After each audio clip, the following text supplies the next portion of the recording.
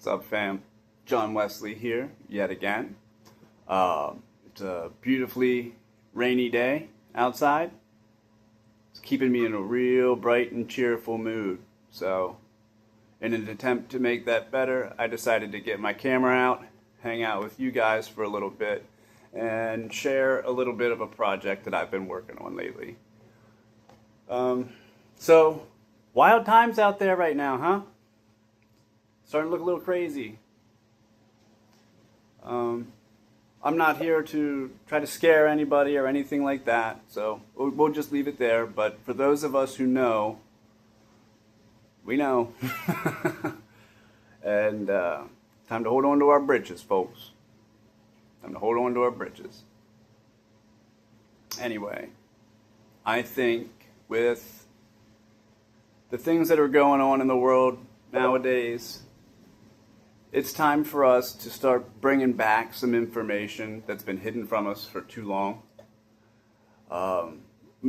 Most importantly and more specifically, I mean some books of the Bible that were removed, known as the Apocrypha.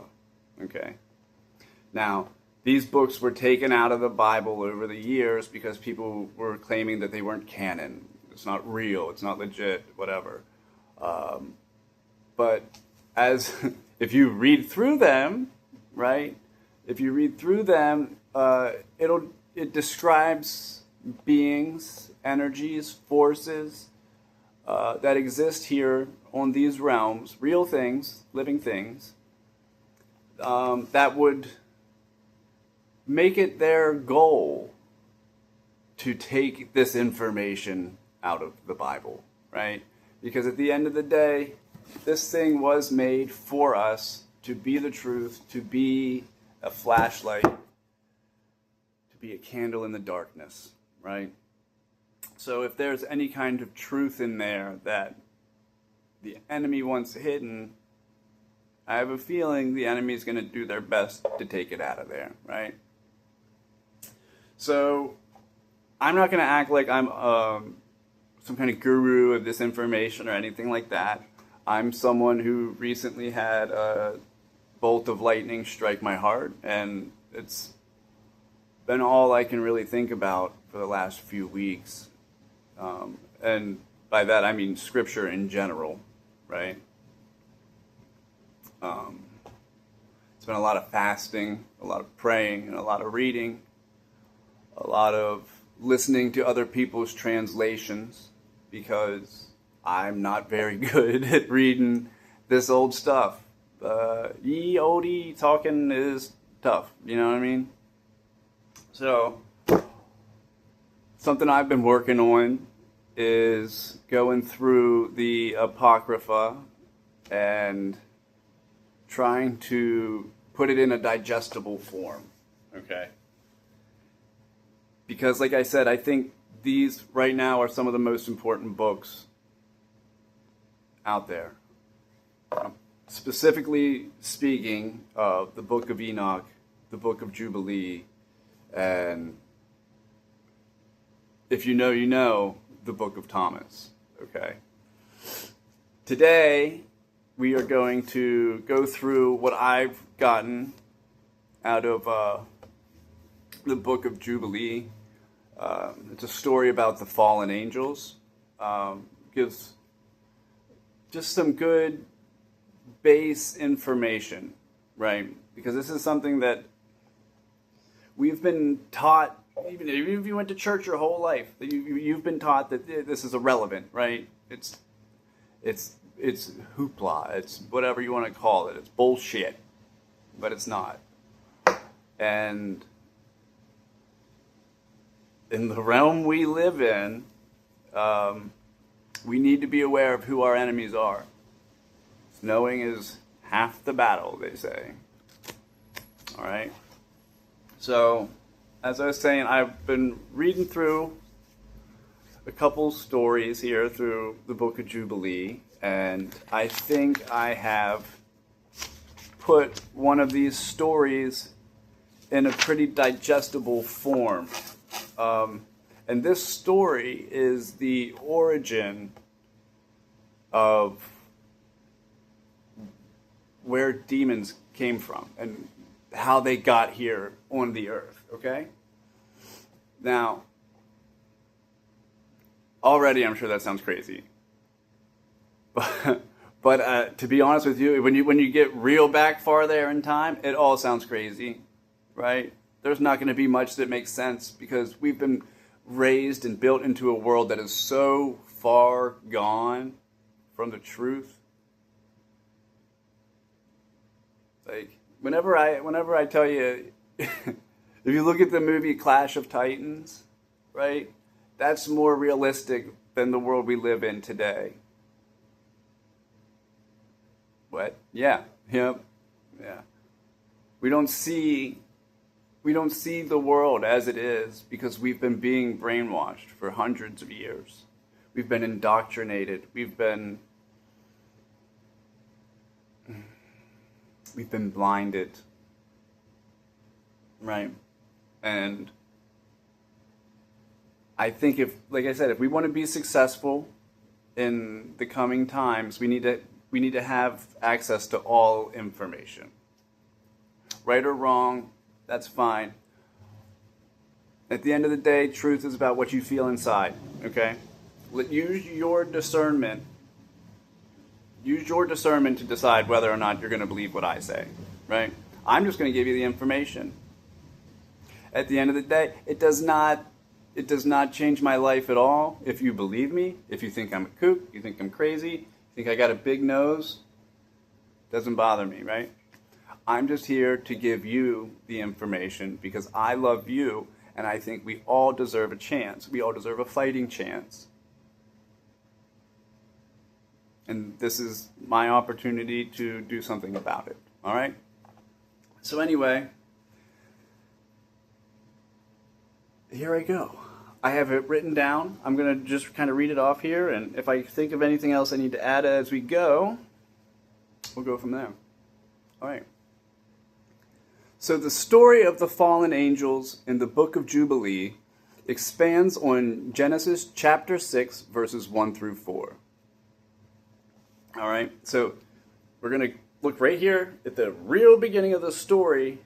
The story of the fallen angels in the book of Jubilee kind of takes 4 verses and then turns it into a whole book, right? Maybe that's why they wanted to get rid of it. I don't know. But anyway, so this becomes one of the most detailed fallen angel stories from ancient Judaism, and this is the foundation for the book of First Enoch, the Dead Sea Scrolls, and early Christianity. This stuff was important at one point in time. All right? So, I'm about to give you a date called A.M. I don't remember what that means. And I can't Google it because I'm recording on my phone right now. So anyway, in the year 1179 A.M., 200 watchers, led by an angel named Semyaza, descended to earth after making an oath atop Mount Hermon. This oath was that they would go down and they would take these human wives that they have been obsessing over their whole time as watchers, and they were going to go down and make a baby with the human ladies, right? Now, they were all forced to take this oath by this Semyaza, right? Because he had a fear that if all 200 of them didn't go down there, if one of them pussied out, then all that blame was going to come on him. So he made them all take an oath to go do this. So 200 of them.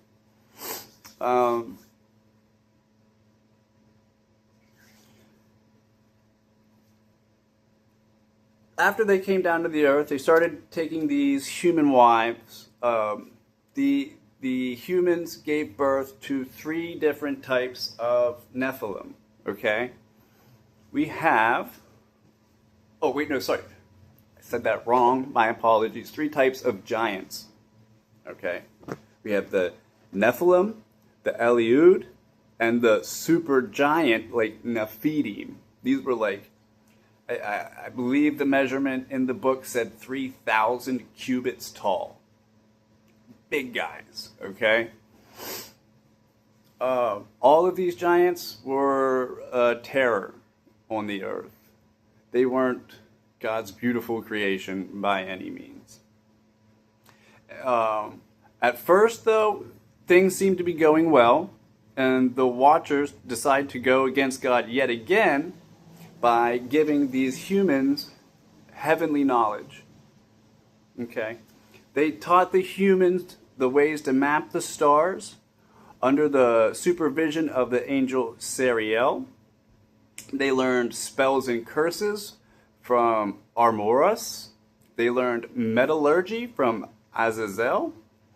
And the mystical secrets and the art of writing from the angel Penamu. While the angels are getting busy with the corruption of mankind, the giants over here started to become a terror, right? The giants, or the Nephilim, began devouring the humans, like eating people, destroying everything. They're big, right? They're big creatures, so they were destroying resources off of the face of the earth at a rate that was no bueno in the eyes of the big dog upstairs. Okay. Now, the exact year is unknown, but it is said that the Great Flood happens in Noah's 600th year, which would have been, if you do the math there, you figure it out, or do like I did, Google it, that would have been the year 1656 AM. So that's 477 years since the Watchers fell. Okay. So shortly before that time, I'm going to say 476 years, God looked down and saw his creation covered in the blood and cries of men that were all filled with darkness. All but one man, named Noah, who he saved. But God had seen enough and called on his most trusted, the archangels Michael, Gabriel, Raphael, and Suriel, and ordered them to bind the Watchers in the depths of the earth, underground. Okay, because if you look at the way the world works biblically, it's not a globe. You had the heavens, you had the earth, and you have like Sheol, which is way down here in the bottom. And I believe hell was originally thought to be the bottom of the ocean. But anyway, so this Sheol layer, Sheol, where oil comes from, I believe, they sound alike, and the Bible's pretty straightforward with that stuff. Like if it sounds like it's it makes sense, it probably does. It's not a difficult book, So anyway, these four archangels, God's fighters, man, his shooters. He's got shooters, man. He sent them down here. They tied up these Watchers underneath the ground. And they were supposed to be stuck there until the day of judgment. I say supposed to, not because I know anything I don't know anything special there. I just, I look at the world today and I wonder, you know what I mean? Also, don't mind me. I got flake salt. I've been munching on that lately. There's a Bible verse that says, salt every offering. So you know what? I just take little pinches of it and crunch on it every while. All right, so the flood came and wiped out the few of the giants left that hadn't already slaughtered each other. Now, since the Nephilim were born on earth and were half human, their spirits did not die along with their bodies, right? They had a spirit or a soul like us humans do. They had that earthly soul. Because apparently that has something to do with it. We learned something. Souls come from earth somehow. Anyway, so these spirits became the demons, right? The spirit of the dead Nephilim that were killed in the flood. They are what then became demons, okay, or the dark energies that haunt the world. And these spirits, inevitably, were just as evil as they were in life. They were still the children of the Nephilim, which at the end of the day, or not the children of the Nephilim, but the children of the fallen angels, which at the end of the day, their goal was to go against God's plan. Right? See, these Nephilim, when they were giants, were able to eat each other, kill each other, eat people, eat their animals, destroy anything in their path. Once they got into the spirit realm, they got a couple new abilities. They were able to then just straight up possess a human, right? They were able to manipulate the thoughts, manipulate the surroundings of the people who lived here on earth, and they could point them in a direction. They then began to start causing diseases within man, which I'm not going to go off on too much of a tangent here, but biblically speaking, all diseases stem from parasites, and parasites are demons. You don't have to believe me, but that's what the good book says, right? And it even says at one point, some of these demons, the only way to get rid of them is through fasting and prayer. I'm not going to tell you not to go to your doctor. I'm not going to tell you not to go take your pharmaceuticals. But what I'm saying is the Bible tells us fast and pray and you'll get better. Fasting is so important. Even if you're not trying to solve whatever's wrong in your body, fasting is important. You should be fasting every day. Intermittent fasting is a spiritual thing. It's not just good for your body. Anyway, these spirits, there were all of the Nephilim spirits, right? Every single one of them at this point was a demon. And they started corrupting everything. They were taken out. Like, they even got Noah's grandchildren, got them into idolatry, got them to start being more violent. And this was Noah. This was the guy who was, like, tasked with being basically the new Adam. Like, everything's coming from you, bud. You did a good job. Take it and go.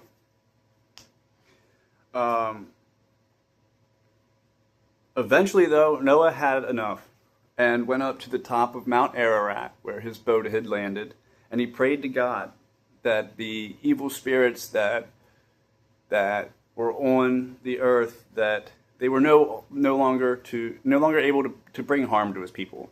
That's it. He wanted his what's the opposite of ancestors? Offspring. He wanted his offspring to be safe. He wanted descendants. He wanted his descendants to have all of the best opportunities. So he prayed to God that God would bind him. So what did God do? Called out his shooters. Called out Michael. He called out Suriel. He called out Raphael. Gabriel. I almost had it. I had to look. Called them down again. He was like, "Hey, boys. Go get those ones too." Said it's about enough. About enough time, right? But at this time, there was a being on the earth known as Mastema, right? Mastema was the prince of spirits. There are some people that say that Mastema also was Satan, right? Anyway, Mastema comes up before God, and he says, "Lord Creator, let some of them remain before me, and let them obey my voice. For if none are left for me, I will not be able to exercise the authority of my will over the children of men. Because these are meant for corrupting and leading astray before my judgment."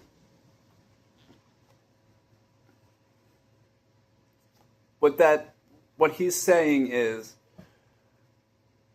it's going back to the duality thing, right? Where he basically came before God and was like, hey, look, I need some of these so I can try to tempt these guys, right? Because if I don't tempt them, how do we know they're good? You know? Kind of came at him with one of those. And it makes sense. If we're not able to fight against evil in our mortal lives, how do we burn that stuff off, you know? So God gave Mastema his wish, and he only banished 90% of the Nephilim spirits, leaving 10 of them, 10%, under the control of this Mastema.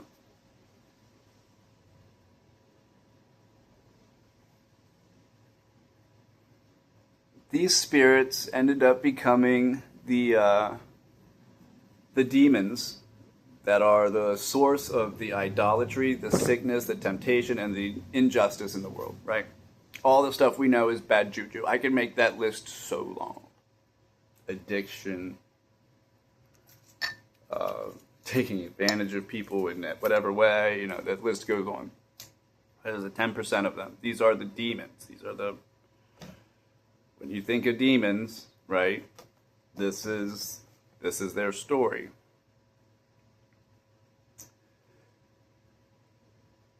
This is the story of the demons and the angel that begged and pleaded to have them, right?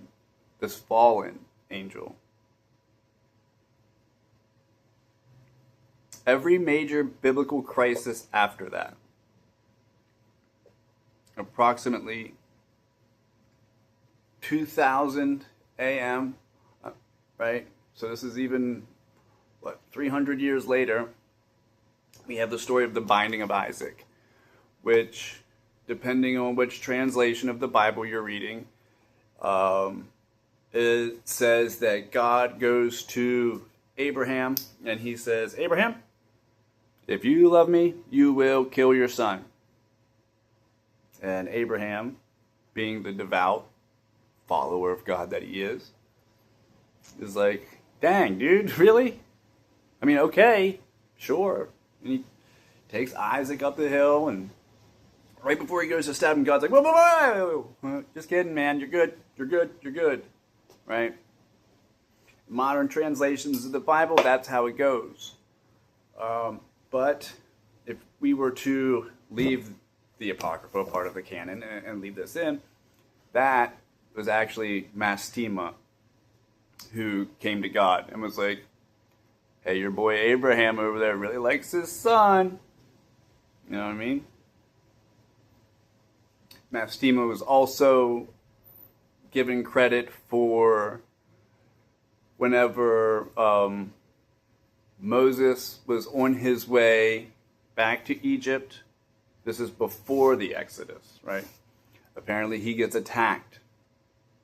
That was Mastema. The Egyptian plagues, like the one where all the firstborn die, that was Mastema.